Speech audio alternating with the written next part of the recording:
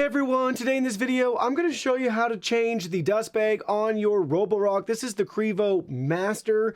If you're interested in this product or you want to find out more about it, the link to it will be in the video description.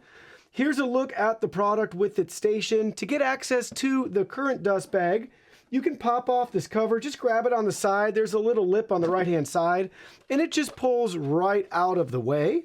And that will reveal your vacuum bag right here. So we have the vacuum bag on the inside.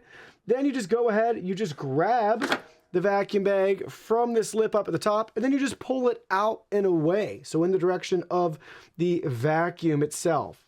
So go ahead, just pull it out, just like so.